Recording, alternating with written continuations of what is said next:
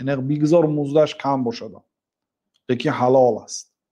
پر از کار، بهانه نکنید کجا میریم حرام دارد، حرام دارد نکنید، حرام دارد نکنید.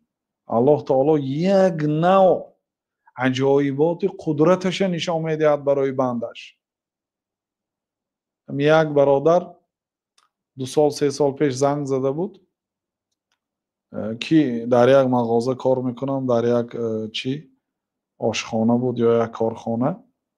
میگه عرق میفروشند لیکن من عرق در دستم نمیقپم، من در آنجا منیجر، راهبر، دیرکتور، فقط فرمان میدهد، کارگرا رو نظارت میکنه، خودش عرقم نمیقپد، نمیفروشدم.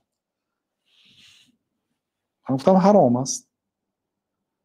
وقتی حرام است گفتم اون کار رو ترک کن گفتم، بعد 3 روز باز زنگ زد که همین گفت آیله من وقتی آواز شما رو شنید که شما حرام گفتید 3 روز شده است نه از همین یخدان ما یکان چیز میخورد چون که به پولی همون کارخانه آمدگی است و این نه این پولی که در اینجا ذخیره کردیم از همون آیلیکای پیشین از این هم چیزی خریده نمیخورد، فقط از همین آب خورساد است، آبی دولتی، آبی که به آشخانه میبیاد کو از همون آب فقط خورده ایستاده 3 روز شد. میگه مگر برای ما اجازه است که همین پول قرض گیریم، از همین پول حرامی که پیشتر کار کردیم قرض گیریم و خورده استیم تا روزی که پول کار نکنیم. من گفتم خوشا به حالت اگر همین خیل همسر داشته باشی و تاجیک خودمو همین خیل یعنی عائله داشته باشی. خیلی خلاصه به سوالش جواب دادم.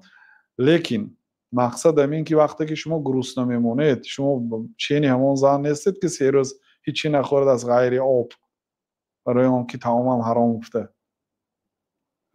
بگذار عذاب میکشید، 1 هفته 1 ماه بیکار میمونید، مردی کاری هست، برآمده در زمین ها کار کردن هست،